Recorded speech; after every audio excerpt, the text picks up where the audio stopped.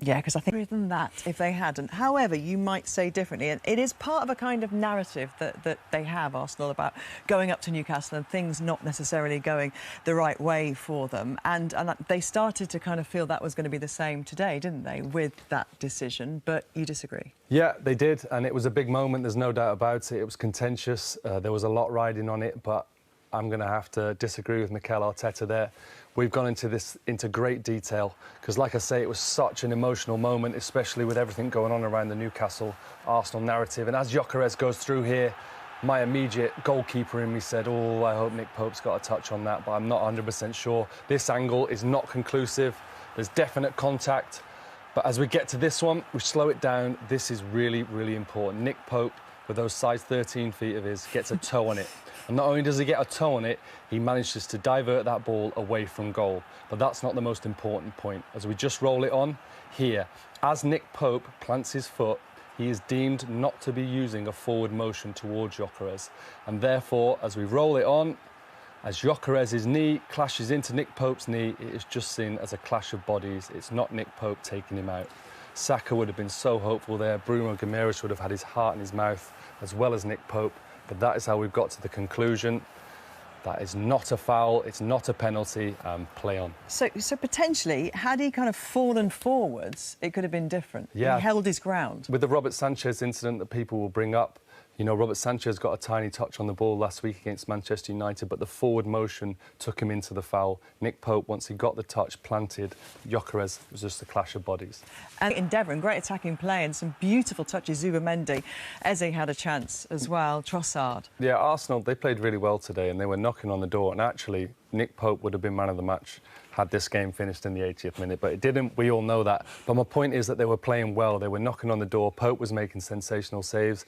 Eze looked dangerous. Arsenal looked a real threat, but they just kept knocking on the door, but they just couldn't quite unlock it, and it took something special. And it would be too crude to say, OK, so if that's not working, revert to plan B, or it could be plan A, when you look at the numbers, because since 2003, 2023 to a 24 season, so almost 2 years, they've scored 36 goals from corners, 15 more than any other team in the Premier League. But today's were a little bit different. Yeah, and along with those stats, up until this game, 97% of their corners in this season have been direct. They've been slinging it into the box, they've been getting all set up, and they've been looking dangerous. But one of the players that I want to mention in this game, things surround Arsenal. Mikel Arteta defends his team vigorously. Arsenal fans defend their team vigorously. They're looking for certain things they feel hard done by. But what I notice with the players is they never give up. They're always focused. They're always looking for how can we get back into this game. You look at City last week and you look at this tonight. Declan Rice was sensational all game. They were 1-0 down. He had various moments where he was chasing back, getting on the ball.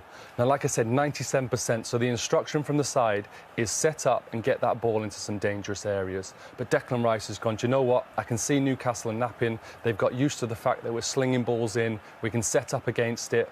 And he's locked eyes with Eberiche Eze, who's actually not looking, because he thinks, also, we've got Trossard there. We've got everyone thinking that it's more than likely this ball's going to get slung in and we'll get set up. Declan Rice has gone, no, I've seen something different. Merino, picking his nose there, he still not even knows what's going on. He can't believe a short corner's happening, but it's happened. Beautiful, top players react. Odegaard reacts. Declan Rice, beautiful ball in. And Merino, that is a sensational header. Honestly, I can't stress how delicate that is. He scored some big goals last year when they asked him to play up front. Beautiful header. Like I say, Nick Pope was an immovable object today. Absolutely perfect in the corner. And that is an Arsenal player saying, no, 1-0's not enough. Get up the other end, get the ball back, it's showtime. A little glance at the dugout to say, sorry, I took the short corner, but deal with it. It was a big moment. Let's get back in this game. Now, I talk about Arsenal wanting to win the game. Nick Pope, good claim, dominant claim, and he's seen that Arsenal are struggling. They're slinging bodies forward. You look at the Arsenal dugout, they know immediately this is danger. Premier League goalkeeper getting it in his hands there. Eze on the back foot. Elanga's got the pace to burn. Worst case scenario, Nick Pope would have thought is I'll get it over the top. Eze might head it out for for a throw-in. Best case, I've got Elanga in. Turns out neither of those are the case. It's a terrible kick. Shanked it into midfield. Arteta's telling his team to calm down, and then immediately he's reacted. Right, we've got another opportunity. We've still got bodies up there. Beautiful ball in from Declan Rice, causes carnage. Look at Arteta. Right, now we can set it up exactly how I want us to. Here we go. This is the Arsenal that we expect. bodies everywhere, Saliba lurking, and Gabriel one-on-one with Dan Burn, and he's saying, get it into that near post area, and I'm going to make something happen. And fair play to him today. There was loads going on in Gabriel's game. There seems to always be something going on in Gabriel's game, but a massive header for his team. But do not underestimate William Saliba. Nick Pope, top dominant keeper, one of the best keepers in the league, in fact, with crosses. But at this moment in time, he's locked in on the corner. That's where he's focusing. Where's that corner coming? And Saliba, blindside, 6'4", probably close to 100 kilos. Just as the ball comes in, he goes, get past me if you can. Nick Pope, dying to be a good teammate, dying to be a top keeper, come and get it. But he's just been blindsided, the strength isn't there, he's stuck in no man's land.